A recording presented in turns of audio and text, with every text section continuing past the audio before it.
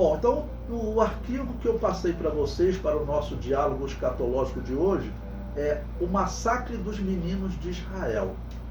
Bom, vocês sabem da guerra que iniciou em Israel no sábado retrasado, né, no dia 14. Não digo, começou no dia 7, ok? Começou no dia 7, que era o último dia daquilo que os israelitas chamam de a festa dos tabernáculos, que lá em Levítico 23 simboliza o momento que Deus se encontra com Israel e habita com Israel. Israel habita com Deus. Por isso eles habitavam em tendas. Há 50 anos atrás houve a grande guerra de Israel no Yom Kippur, ou seja, os israelitas os árabes escolheram a sexta festa ou o sexto tempo determinado por Deus, que é o dia do perdão, o Yom Kippur. Eles fizeram um ataque naquela data. E agora eles fizeram um ataque no tempo determinado do tabernáculo, quando Israel estava então habitando com Deus. E foi um ataque terrível. E esse texto ele realmente se dedica a isso, porque o que os noticiários dizem é que eles pegaram crianças, filhos dos israelitas, né? Tá bom? E decapitaram eles friamente. Então quero falar sobre esse ódio, né, que historicamente existe contra Israel, e se está acontecendo nesses dias, esse ódio é um sinal para a igreja.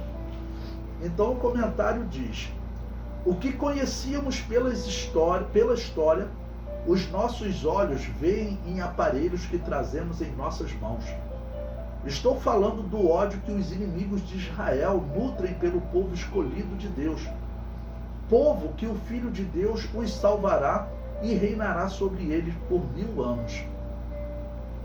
O profeta Jeremias descreveu um momento da mortandade dos filhos de Israel que nos ensina sobre este ódio. Ele diz: assim diz Yahvé, uma voz se ouviu em Ramá, lamentação, choro amargo. Raquel chora seus filhos, sem admitir consolação por eles, porque já não existem. Jeremias 31:15. Raquel, a esposa de Jacó, que chorava para conseguir filhos, ela chegou a dizer para Jacó, né, dai-me filhos, ou eu morro. Ela chorava, clamava por filhos.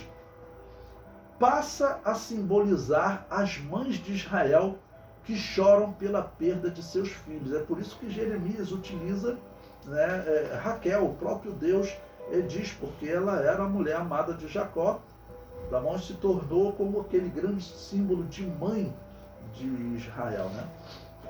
O comentário prossegue: o choro de Raquel nos dias do profeta Jeremias, que é esse momento, né, que nós acabamos de ler agora, tá bom? Prosseguindo na leitura, o choro de Raquel nos dias do profeta Jeremias descreve a tristeza das mães israelitas, vendo seus filhos serem mortos ou escravizados na Babilônia. Olha que paralelo que nós temos, não? Nesses últimos dias, né? Nesse momento que nós estamos vivendo, nesse ano de 2023. O texto prossegue: a tristeza de Raquel é descrita como lamentação e choro amargo. O termo hebraico nerri, neste versículo traduzido por lamentação, descreve um choro extremo, feito em forma de canto. Tamanha era a tristeza. Então eles começavam a chorar, e com a tristeza extrema, aquele choro ele se tornava como um cântico, né? Um cântico de lamentação. E isso ocorria em tristeza extrema. Nesse caso aqui de Jeremias, eles terão o templo destruído, a cidade incendiada, e seus filhos serão levados cativos para a Babilônia. Então, Jeremias diz que Raquel está chorando. O comentário prossegue: nos dias do Novo Testamento, entre aspas, Raquel chorou mais uma vez. O nascer do Filho de Deus neste mundo foi seguido de perseguição e morte de muitas crianças em Israel. Na tentativa de matar o Filho de Deus, Herodes ordenou a morte dos meninos de 2 anos para baixo. E novamente em Ramá se ouviu lamentação e choro de Raquel, conforme está em Mateus 2,18. A história nos relata o ódio do exército pagão, formado de romanos e aliados, que invadiram Jerusalém e a destruíram no ano 70 da era cristã. Uma pausa aqui para falar para vocês. A Ciro-Filístia, os palestinos, eles faziam parte do exército romano.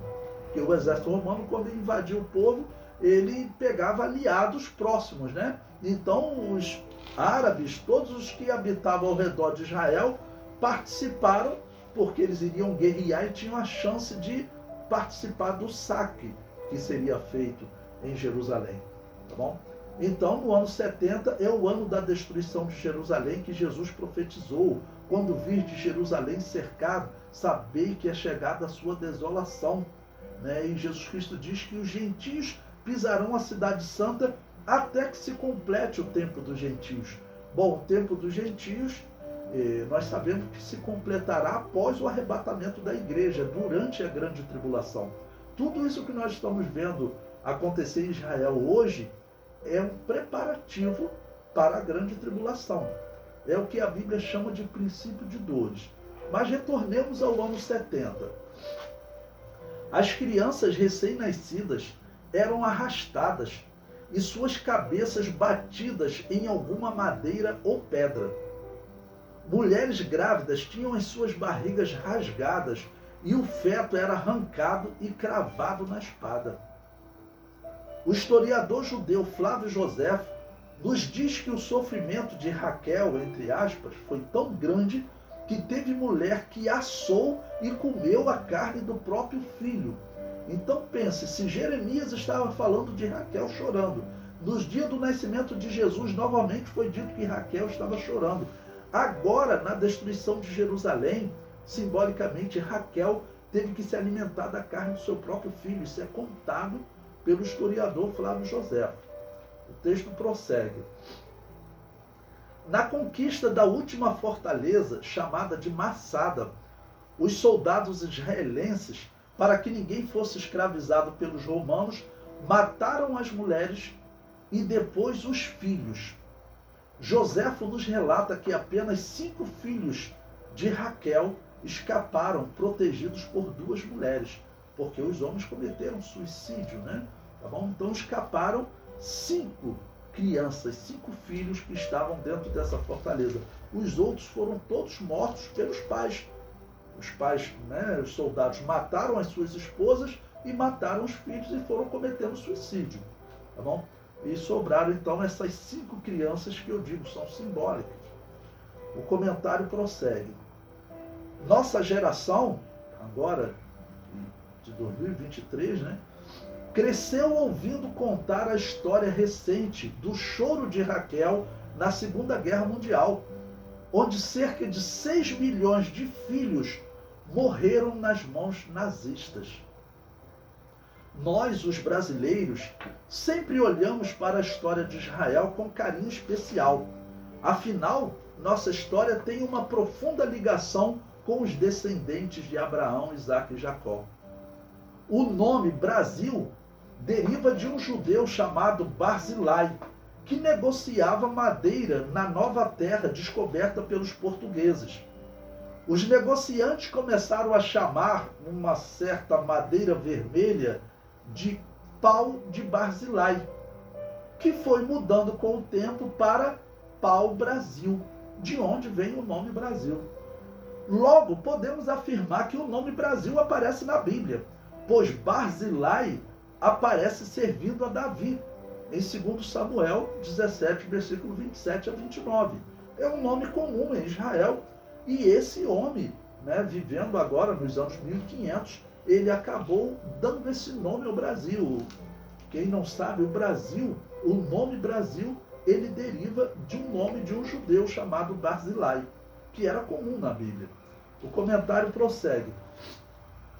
Por sua vez, o nome Barzilai, logo também o nome Brasil, é o acrônimo dos nomes das 4 mulheres que geraram as 12 tribos de Israel. B de Bila, R de Raquel, Z de Zilpa e L de Leia.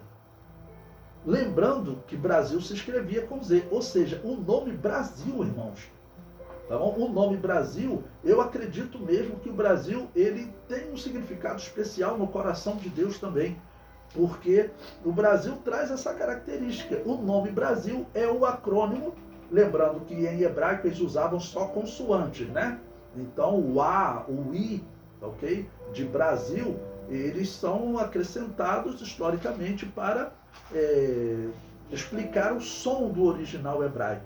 Tá bom? Mas o nome Brasil é exatamente o B de Bila, o R de Raquel, o Z de Zilpa e o L de Leia. Brasil. Tá bom? O comentário prossegue. O Brasil foi o refúgio dos judeus que fugiam da Inquisição na Europa. E olha que interessante, irmãos. O rei de Portugal, né, Dom Emanuel, enviou Pedro Álvares Cabral, Pedro, com 12 caravelas para descobrir a nova terra. Eu coloquei descobrir entre aspas, porque hoje os historiadores têm um consenso que eles já conheciam a terra. Ok? O comentário prossegue. Chegaram ao Brasil no dia 22 de abril de 1500, na Páscoa, ou seja, na celebração da morte do Messias. A princípio, chamaram a nova terra de Vera Cruz ou Santa Cruz. Um judeu chamado Fernando de Noronha arrendou a nova terra da coroa portuguesa.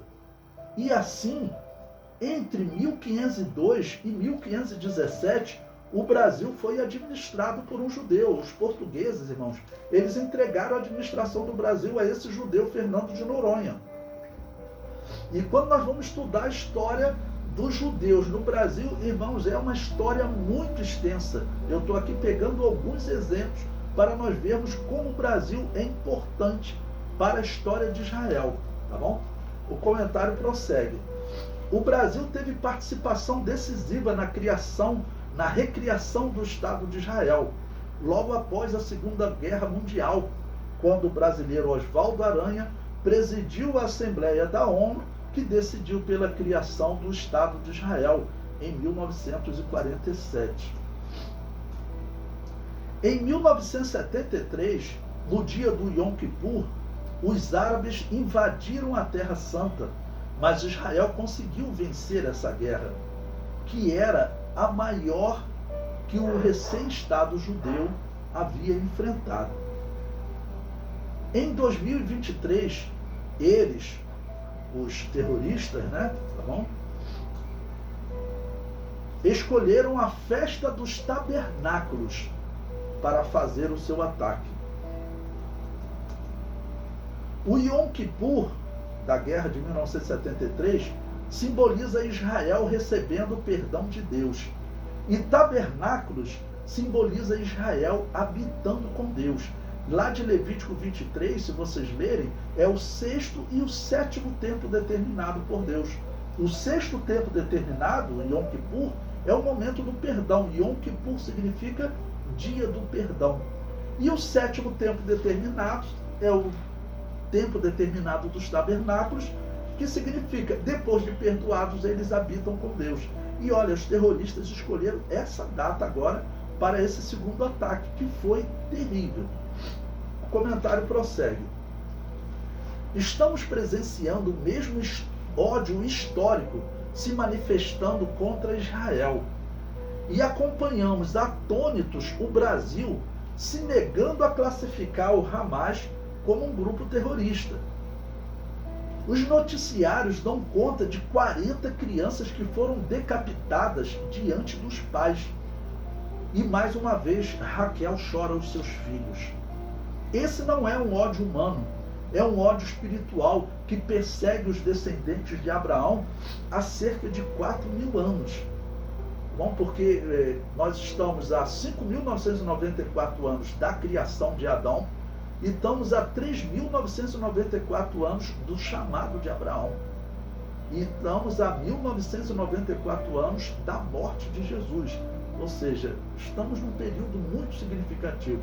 E tudo isso que está acontecendo com Israel é muito significativo. O comentário prossegue. A igreja de Jesus deve estar atenta, pois o ódio que nós presenciamos contra os judeus, tendo oportunidade, fará o mesmo conosco, né? Porque os muçulmanos radicais, eles nos chamam de os infiéis, tá bom? Porque não seguimos Maomé, que na visão deles é uma continuação da pregação de Jesus. Então, eles querem matar todos os infiéis, não os cristãos. Não esqueçam disso. O comentário prossegue. O Brasil passa por um perigo histórico. O governo, falando do governo federal, né, tem se mostrado simpatizante do comunismo capitalista chinês e russo, que por sua vez são aliados do Irã, que é aliado do grupo terrorista Hamas. O Brasil se recusa a descrever o Hamas como um grupo terrorista. Olha, França, Inglaterra, Estados Unidos, os países, né, que defendem o bem, vamos assim colocar, defendem a liberdade, a democracia, todos eles colocam o Hamas como um grupo terrorista. O Brasil se recusa a colocar isso. O comentário prossegue. A atitude do Hamas foi terrorismo. Então, qual a razão para o Brasil não o reconhecer como tal? A resposta se encontra nos aliados do Hamas, todos aliados do Brasil. O Brasil passa por um período histórico que deve ser vencido pela união e oração do povo de Deus. Podemos afirmar que o Brasil e Israel são os grandes alvos de Satanás nestes últimos dias. O Brasil, por ser o país mais avivado do mundo, e Israel, por ser o país que o inimigo controlará por metade da grande tribulação, onde Satanás tentará fazer na terra o que não conseguiu fazer no céu, que é assentar-se no templo de Deus, querendo parecer Deus, como está em 2 Tessalonicenses 2,4. E lembre-se que Israel ele está muito perto de começar a reconstrução do templo, tá bom?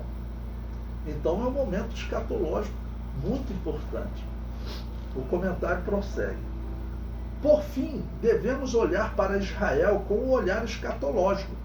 Jesus disse, olhai para a figueira e para todas as árvores, como está em Lucas 21, 29. Depois peguem também no meu curso de Apocalipse, que eu explico esse sermão de Lucas 21, é o terceiro sermão profético de Jesus. Esse é um sermão voltado para a igreja, tá bom? O comentário prossegue. Jesus Cristo disse, olhai para a figueira e para todas as árvores. Adão e Eva cozeram folhas de figueira para cobrir a sua nudez, está lá em Gênesis 3,7. E Jesus descreveu o estado espiritual de Israel quando ordenou e a figueira secou. Olhar para a figueira, entre aspas, significa olhar para os sinais que se manifestariam nessa nação. Sinais estes que indicariam a proximidade da volta do Filho de Deus. Jesus Cristo disse, assim também vós, quando virdes acontecer essas coisas, sabei que o reino de Deus está perto. Lucas 21, 31.